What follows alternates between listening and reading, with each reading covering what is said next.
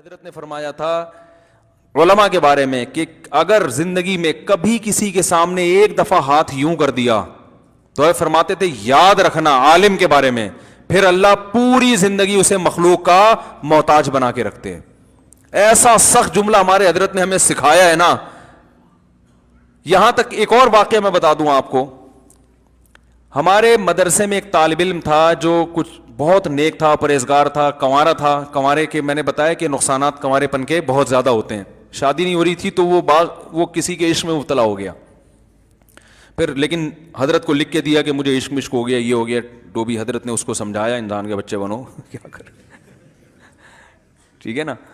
تو پھر کیا ہے کہ وہ سمجھایا، لیکن حضرت نے بھی بڑا دل کیا کہ چلو اس نے بتایا تو ہے نا اپنا جرم، اور ایک نوجوان ہے اس کو سمجھایا اور طریقے بتائے کہ اس طرح سے جان چھوٹ جائے گی۔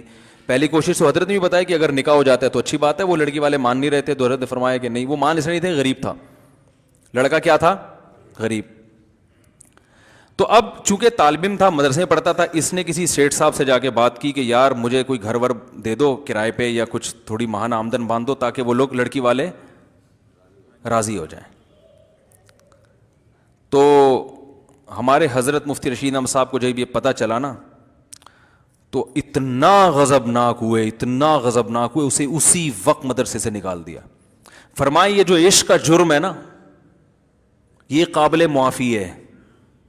یہ کیا ہے؟ آپ لوگ نا کہیں شروع کرتے ہیں کہ قابل معافی ہے تو مطلب یہ بھی جرم ہے، لیکن یہ میں اس کا علاج کریں گے، کچھ کوشش کریں گے، یعنی اس میں تھوڑا ایک نوجوان لڑکا ہے غلط اس میں چلا گیا، کوئی برائی کی نہیں، اس نے کوئی بھی چھیڑا بھی نہیں، اس کو ہاتھ بھی نہیں لگایا لڑکی کو، ایک دل کے کیفیات ہیں، غیر اختیاری کیفیات پیدا ہو گئے، چلو بھائی بچہ سمجھ کے اپنی اولاد سمجھ کے اصلاح کی کوشش کریں گے۔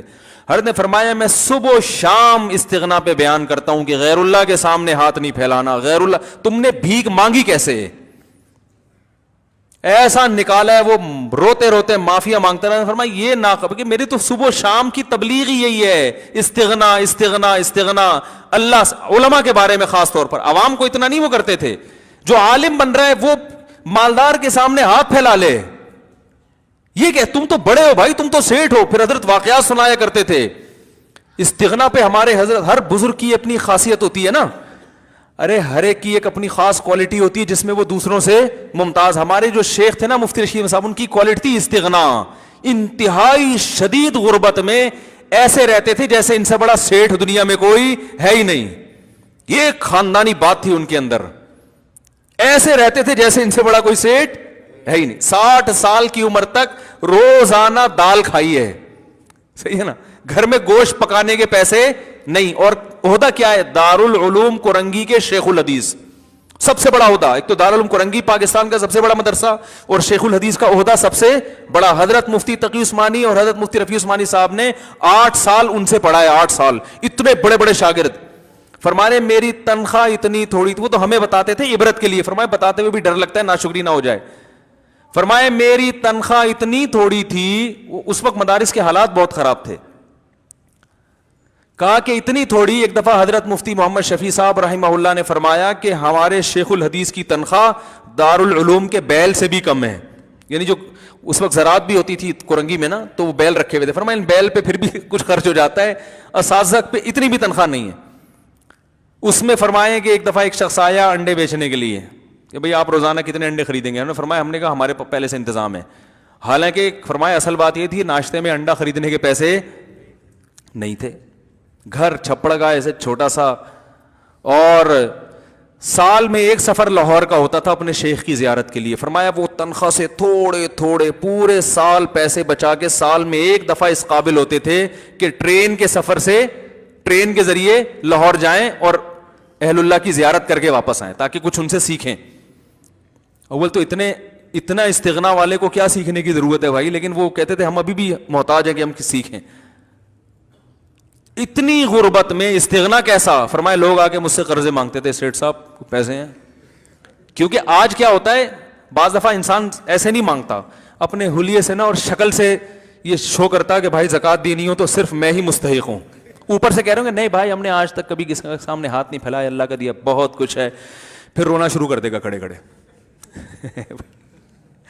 پھر کیا کرے گا؟ بعض لوگ ایسے چندہ مانگتے ہیں، کوئی اسٹائل دیکھو، جیسے ان کے گھر میں بچی کی شادی ہے نا, پیسے بھیک مانگنی ہے. ایک تو چلو غریب آدمی ہے, میں علماء کی بات کر رہا ہوں, عام آدمی کی نہیں. علماء کا تو حضرت فرماتے تھے استغنا وہ تو بادشاہوں والا ہونا چاہیے. عالم تو اللہ کا نائب ہے بھائی, فرمایا وہ تو بادشاہ, اس کا تو رزق اللہ نے, وہ دین کے کام میں لگ جائے اللہ کھلائے گا. ملا کا رزق, میں نے جو اپنے شیخ کا سب سے پہلا بیان سنا, اس بیان کا نام تھا ملا کا رزق.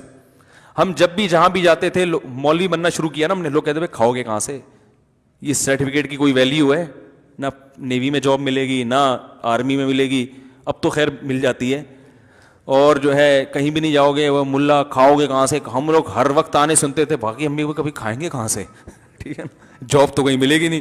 مجھے 2 شوق تھے, ابھی چھوڑو کیا 2 شوق تھے. ایک تو سفر کا بہت شوق تھا, دنیا میں گھومنے کا.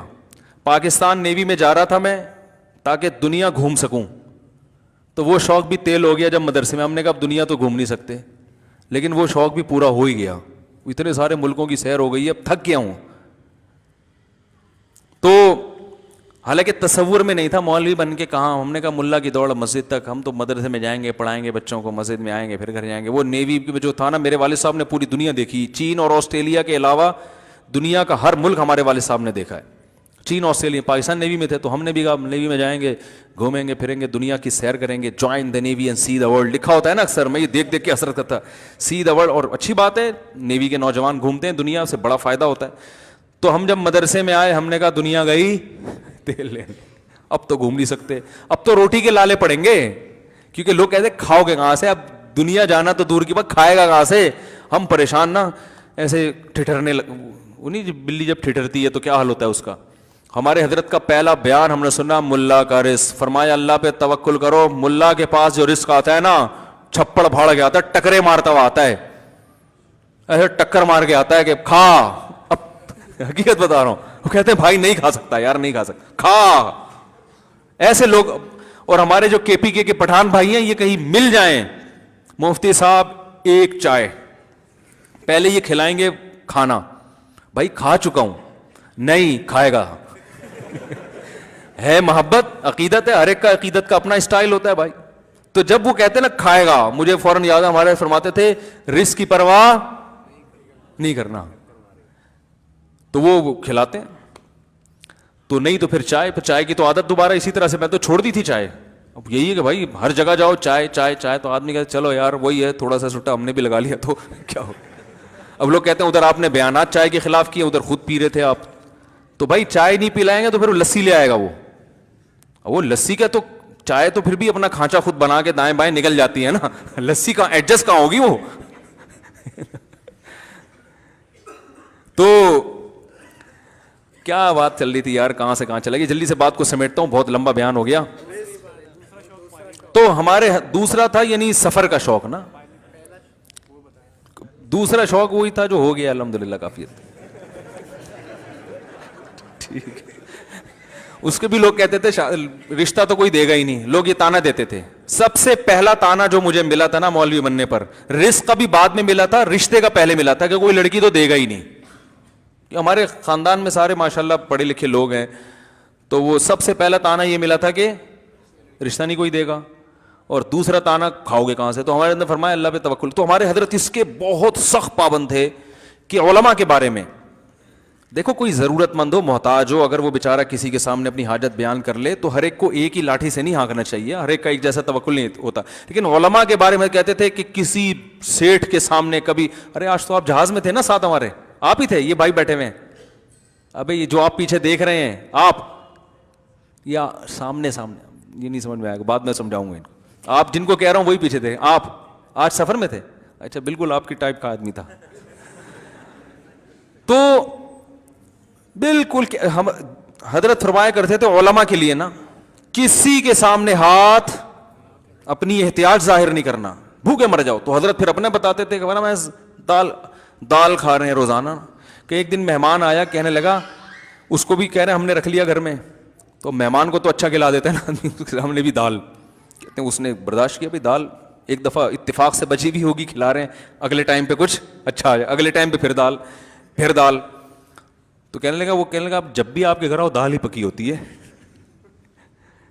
وہ بھی کوئی اسٹریٹ فارورڈ قسم کا آدمی تھا. حضرت نے فرمایا حضرت فرماتے ہیں اس کے بتانے کے بعد ہماری توجہ گئی ہے کہ کتنے دن سے دال کھا رہے ہیں، ورنہ ہماری اس طرف توجہ بھی نہیں تھی.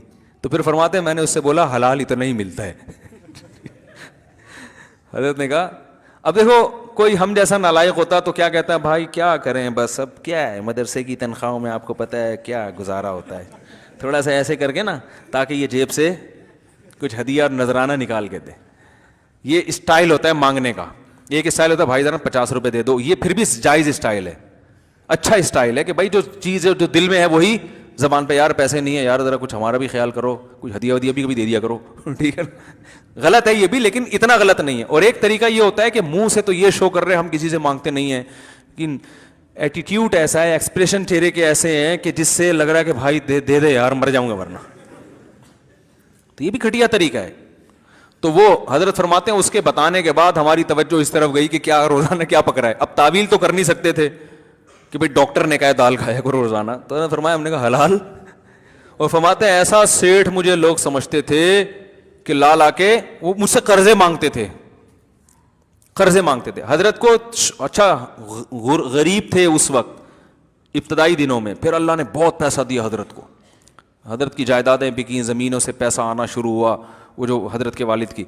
تو پھر اللہ نے اتنا پیسہ دیا، پھر اسی اسٹائل ہی چینج، پھر کنجوسی نہیں کی ہے، اتنی زبردست بڑی گاڑی رکھی، کویت کے شہزادے سے گاڑی خریدی.